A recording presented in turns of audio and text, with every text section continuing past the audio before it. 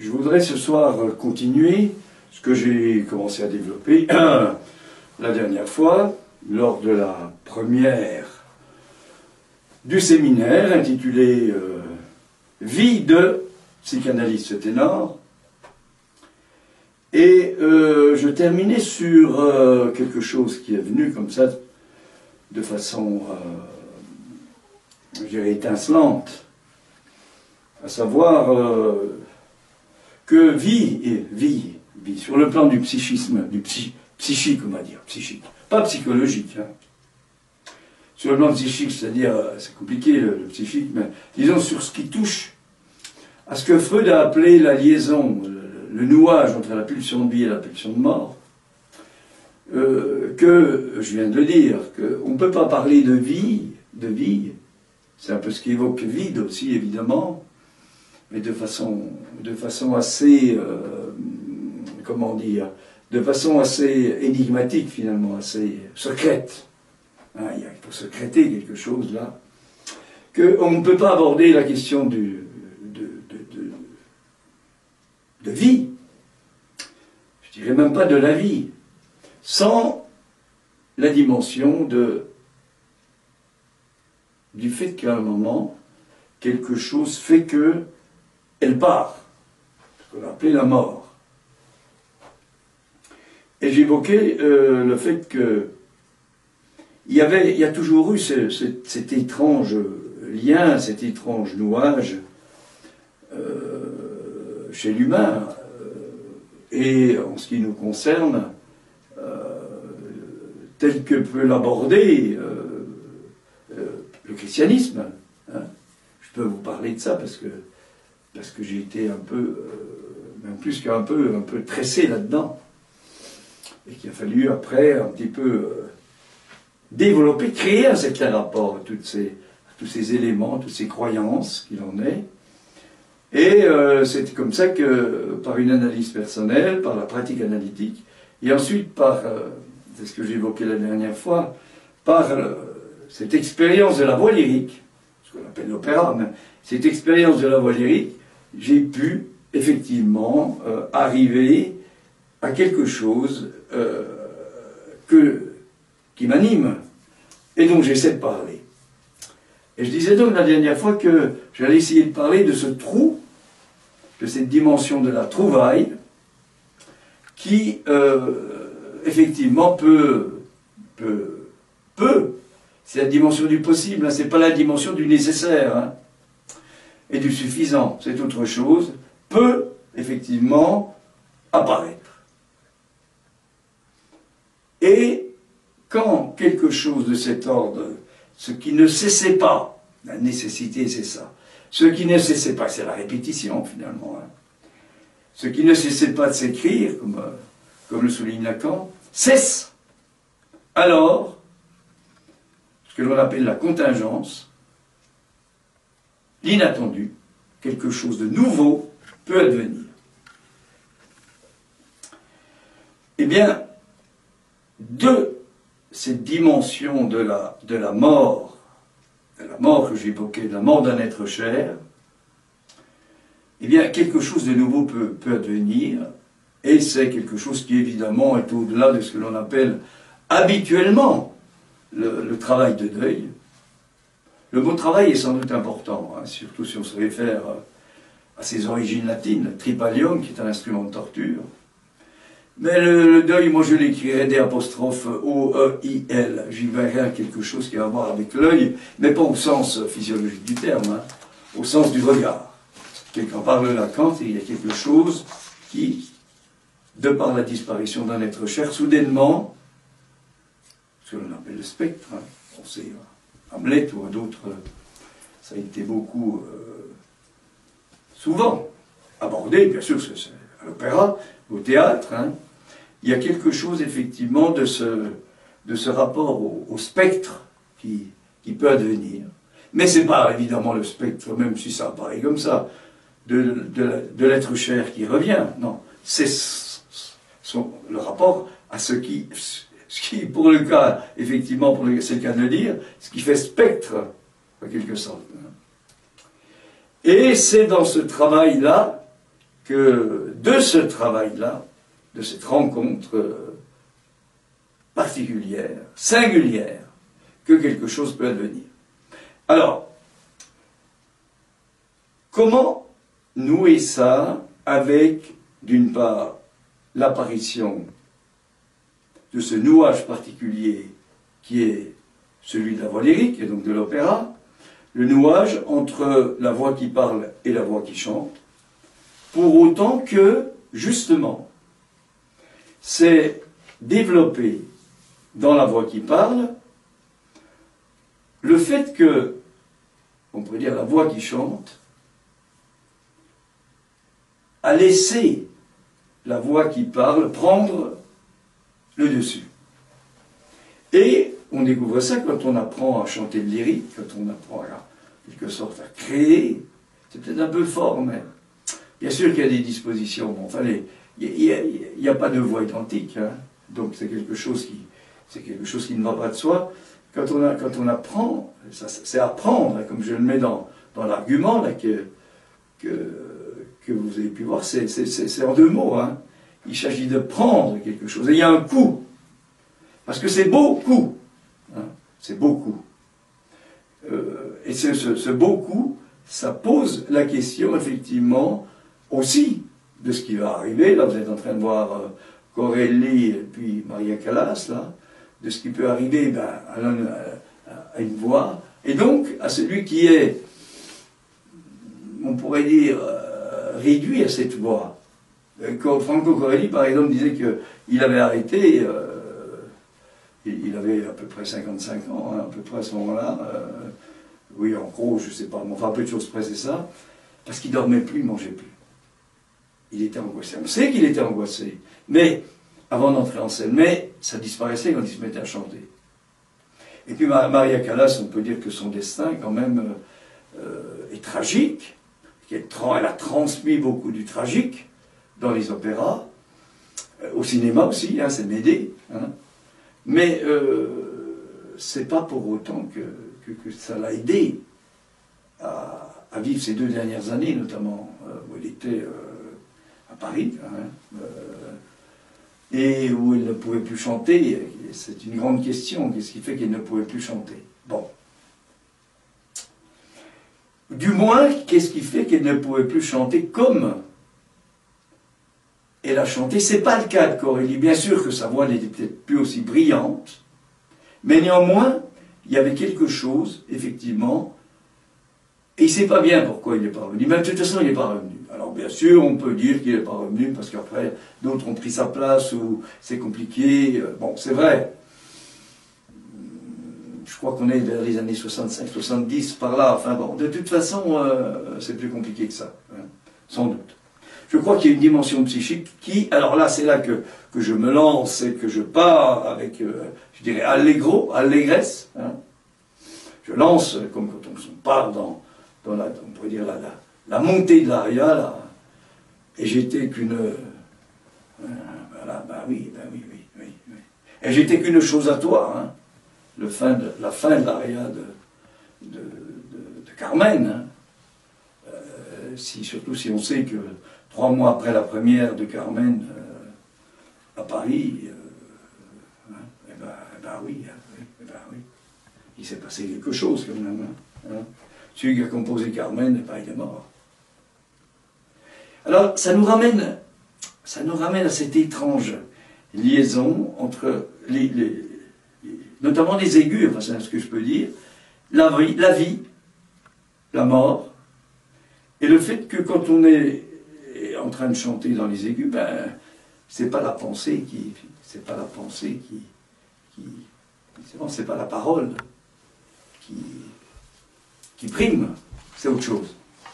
C'est autre chose qui prime, et on peut dire qu'à ce moment-là, se pose la question de dire un oui, effectivement, hein, et là on retrouve là ce que propose Lacan, le jouis-sens, hein, dire un oui, hein, à quelque chose qui a posé bien des problèmes, justement, au christianisme.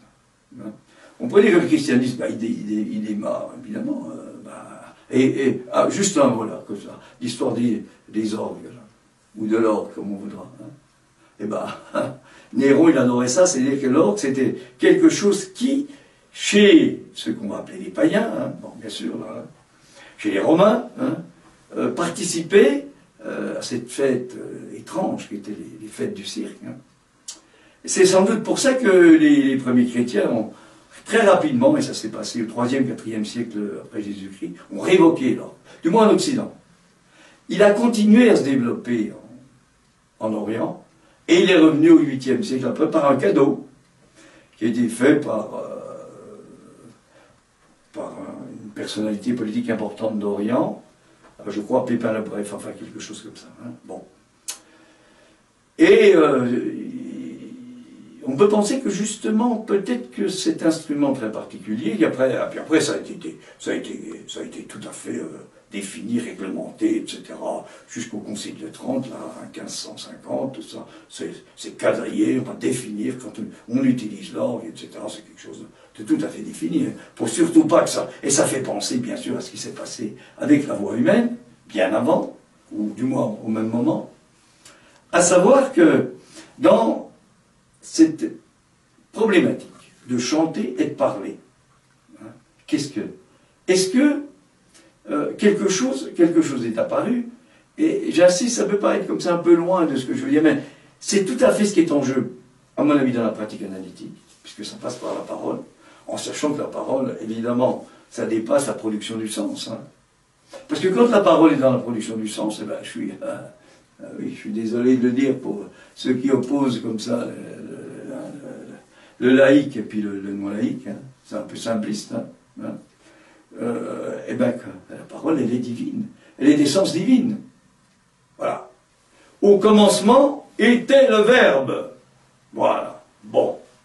Et donc, au début, effectivement, eh ben, il y a cette cantillation, qui vient effectivement de ce qui se passait dans les synagogues, là, bien sûr. Et puis, ça va s'appeler finalement la psalmodie, les psaumes. Les psaumes, eh ben, on déverse du sens. Du sens qui est la parole divine, d'une certaine façon. Hein. C'est une louange divine, mais, et puis alors, il y a un truc qui va apparaître, là, qui est quand même pas rien, hein. Un truc qui va apparaître, là, c'est cette espèce d'aria, là, hein, qui va apparaître. Il y a les débuts de l'opéra, hein. C'est quoi? C'est l'hymnos, l'hymne. En sachant qu'évidemment, les hymnes religieux, elles sont du féminin. Alors que l'hymne national, il est du masculin. Donc il y a quelque chose là, de l'ordre du féminin, mais pas au sens habituel, hein, au sens où là, quand on parle dans la sexuation, c'est-à-dire ce qui accède à un autre type de jouissance. C'est le oui de tout à l'heure, là, c'est ça. C'est pas les caractères sexuels secondaires là, qui sont évidemment importants, parce que c'est ce qui nous permet, comme ça, nous les humains, de prendre en charge un peu notre incomplétude. Hein, ce qu'on appelle... psychanalyse, la dimension du fantasme. Évidemment, on appelle ça le désir, comme ça, rapidement. C'est pas le désir c'est autre chose, évidemment. Bon. Desiderium, il y a un dé, il y a un privatif. Hein. Il s'agit d'être désidéré, c'est ça l'origine du désir. Bon, je l'ai déjà parlé, mais on pourra en reparler, hein, évidemment. Oui, alors, cette dimension du psaume va être dépassée par le fait que, on va appeler ça les tropes, progressivement, hein, tropes. Il va y avoir un petit truc comme ça, hein, c'est l'apparition d'Alléluia. Hein. Louer l'Éternel, l'apparition d'Alléluia. Et un petit peu, là, mais pas trop. Hein, parce qu'il faut, même si, alors là, on n'est plus dans le sens, on est quasiment dans une vocalise. Hein, et c'est vocalise, hein, c'est la voix. Bah oui, hein, la vocalise, c'est la voix. Voilà. Donc, on est dans une autre dimension que... finalement savoir ce qu'on dit, savoir ce que dit Dieu, en sachant qu'évidemment Dieu il ne parle pas lui-même, il parle par les prophètes. Phemi en grec, ça veut dire parler. Donc pro à la place de, hein, c'est par les prophètes. Bon. Et puis voilà, donc évidemment les hymnes, ça pose des problèmes. Puis alors le premier qui a introduit vraiment ça là, c'est cet Ambroise là. L'évêque de Milan, là. Bon, il a été élu, là, pour devenir évêque. On élisait les évêques, hein. C'était pas du tout... c'était pas nommé par la papauté, hein. C'était autre chose. Hein. Je crois qu'il devait être juriste au départ, enfin quelque chose comme ça. Bon. Il est né en 340, et puis il est mort en 397. Et puis, dans son sillage, il y a quelqu'un qui va arriver, là, qui vient d'Hippone, c'est Augustin. Saint Augustin, il y a l'Afrique, là. Puis un jour, je crois, je pense pas que je me trompe, il va entendre comme ça la voix, sermon d'Ambroise, et en entendant la voix d'Ambroise, eh ben, c'est ça qui l'a converti. Il laisse tout tomber, quoi, tout tomber, et il est animé par autre chose. Et il va surtout parler de ça. Donc, Ambroise, de par sa position, évidemment, il n'y a pas à ce moment-là l'importance de Rome en tant que cité du Vatican, hein, du christianisme, hein. Et il sait y faire, Ambroise, et alors que les hymnes avaient été comme ça mis un petit peu de côté, hein, lui, il va carrément réintroduire ça dans la liturgie. On pourrait dire liturgie, oui. Je ne sais pas si ça s'appelle liturgie. Et c'est lui qui introduit quelque chose, alors avec beaucoup de prudence, et puis après ça va être... et tout ça, oui, c'est au moment quasiment où on se dit que l'orgue est satanique. Parce qu'évidemment, on a défini Satan, quoi. Ce qu'on ne dit pas, c'est que Satan, finalement, s'il a été comme ça, poussé, hein, comme on dit là, s'il a été... comment on pourrait dire ça, si on veut dire des choses. S'il a été finalement mis au banc, voilà, banni du ciel par Dieu, ça pose la question, c'est que peut-être il savait quelque chose du savoir divin. Du savoir divin, évidemment que c'est nous qui l'avons créé, le savoir divin. Dieu. Alors on a dit que c'est lui qui nous avait créé, mais en fait c'est nous qui le créons. Alors en plus, on va dire qu'il est invisible, que c'est tout. Et il ne peut ni se tromper, ni nous tromper. Et par exemple, je parle des orgues, on n'avait pas le droit de jouer l'orgue pendant le credo. Le credo, ça vient du concile de Nicée, 325 après Jésus-Christ. Il y a des moments comme ça dans ce qui va devenir la messe, ou ce qui est déjà la messe, il faut respecter la parole divine totale, complète. Alors, donc la psalmodie va être remaniée par quelque chose qu'on va appeler un aria. C'est l'alléluia, c'est le jubilus. C'est le jubilus. Hein. Et le jubilus, on peut dire que c'est comme ça. La messe, si on prend un opéra, on va dire qu'à un certain moment, il y en a 2 ou 3 fois dans un opéra. En général, c'est une voix aiguë, hein, c'est une soprane ou c'est un ténor. Hein. Ça peut être aussi un baryton, bien sûr, puis une basse. Hein. Il y a quelque chose qui va partir dans les voyelles. Bien sûr qu'il y a ce les consonnes. Hein. Il y a quelque chose qui va s'envoler vers le divin. C'est la diva. J'ai beaucoup parlé l'an dernier ou l'année avant, cette dimension du divin et du divan. Mais il y a bien effectivement quelque chose là qui est important et qui nous pose vraiment une question, à savoir comment est-ce qu'il est possible de prendre en compte ces éléments.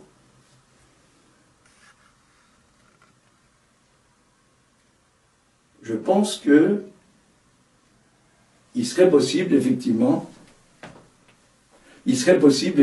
de dire, enfin, supposition, hein, vous savez, hypothèse et supposition, c'est ça, la conscience, c'est une hypothèse. Hein. C'est pas du tout marcher au pas. Hein. C'est pas un commandement. Hein. Bah oui. C'est pas une loi. Hein. C'est pas gravé comme ça sur la pierre ou dans le marbre. Hein. Pas du tout comme ça. Hein. C'est complètement autre chose. Hein. C'est ce qui permet justement que ça déraille. Hein. C'est ce qui permet le lapsus, que ça tombe. Que la langue tombe, comme on dit. Alors, ces hymnes là, et puis le jubilus qui apparaît là. Hein. Bon, tout ça là. Hein. Bon. Et puis après, évidemment, ce qui est assez curieux quand même, c'est que c'est en Orient hein, que ça se... Et on n'est pas encore dans la séparation du XIe siècle de l'Église d'Orient et de l'Église d'Occident, on n'est pas là encore. Hein. Mais il y a quelque chose là, c'est pas en Occident. Voilà. En Occident, on est beaucoup plus dans la parole, dans la pensée. Hein. Alors il y aura bien sûr après les Lumières, le XVIIe, mais bon. Et puis, on arrive à Charlemagne, et puis à Chrysostome, et puis tous ces gens-là, et puis finalement, il faut réduire ce moment où la voix s'émancipe, dans les hymnes, là, hein, féminine. Hein. Il faut réduire ça, hein, parce que ce qui est en jeu, c'est la parole. Hein. Ça va poser des gros problèmes, parce que il va falloir passer par les castrats, après, bien sûr, parce qu'on ne veut pas la voix féminine, hein, à l'opéra. Mais enfin, je reviens encore un petit peu avant, pour dire que il va y avoir quand même une censure qui s'établit. La censure, c'est la pensée, hein, comme dit Lacan, la pensure. Hein. Pensée et censure, ça va très bien ensemble, ça fabrique un néologisme, hein, qui est un mot d'esprit qui s'appelle la pensure. Voilà. Bon, ben, c'est pas mal, hein, cette affaire-là. Donc, il y a quelque chose comme ça qui, en permanence, après ce qu'a apporté, évidemment, Ambroise, ce qu'a repris l'évêque d'Hippone, hein, Saint-Augustin, hein, il y a quelque chose là qui va progressivement faire en sorte que, oui, il va falloir un peu bannir ça, quoi. Alors, on ne peut pas évidemment tout enlever. Et alors, cette dimension de la jouissance, hein, on va peut-être déjà aller dans des monastères, hein, et bien ça va être conservé dans les monastères. Et puis ça va réapparaître un peu après, mais je crois que l'opéra, finalement, n'est pas sans rapport avec ça. Avec cette dimension-là, où la parole, meurt, en quelque sorte. C'est-à-dire qu'on va le dire autrement, hein, où la parole le cède à la musique, à la muse, à la musique, voilà. La parole le cède à la musique. Et ce moment de mort des représentations, avec envahissement des souvenirs, éventuellement, que j'évoquais, à partir de la mort d'un être cher, tout ceci, en fait, n'attend qu'une chose, c'est de laisser la parole à la musique. Et ce qui est effectivement assez étrange, c'est que quand ceci a pu advenir, la voix devient plus charnue, charnelle, ronde, noire. Hein, une voix qui est plus incarnée dans le corps. Hein. Alors, je crois que je vais m'arrêter là pour ce soir, là, sur cette dimension-là, cette dimension du fait que c'est pas par hasard que souvent à l'opéra, ça se termine effectivement par la mort du ténor ou de la soprane, essentiellement. Hein. Bon, ça peut être aussi, je pense, au Trouvère, là, hein. Ça peut être aussi la bohémienne, hein. Bon, bien sûr, mais enfin, la sorcière, hein. Bon. Mais il y a quelque chose là quand même, il y a quelque chose qui persistera tout, et puis peut-être encore c'est pire maintenant. Hein. Je lisais alors que maintenant, c'est pas une critique, c'est simplement qu'il faut arriver à vivre avec ça. Hein. Actuellement, l'opéra, ce qui comptait beaucoup plus que la voix humaine, c'était le physique. C'est vrai que ça joue. Corelli, 1m85, je crois. Oui, 85, 88. Des longues jambes, c'était évidemment quelqu'un qui en jetait un peu comme ça sur scène. Mais sa voix, c'est autre chose. Hein. Elle conduit au drame, comme je le disais. Drame, le drame en grec, c'est l'acte. Et bien c'est ça. C'est de la mort que peut advenir un acte, pour dire un acte de naissance, qui est de nouveau. Voilà, je vais même arrêter là ce soir, et je vous dis, à la prochaine fois, ce sera à peu près dans un mois.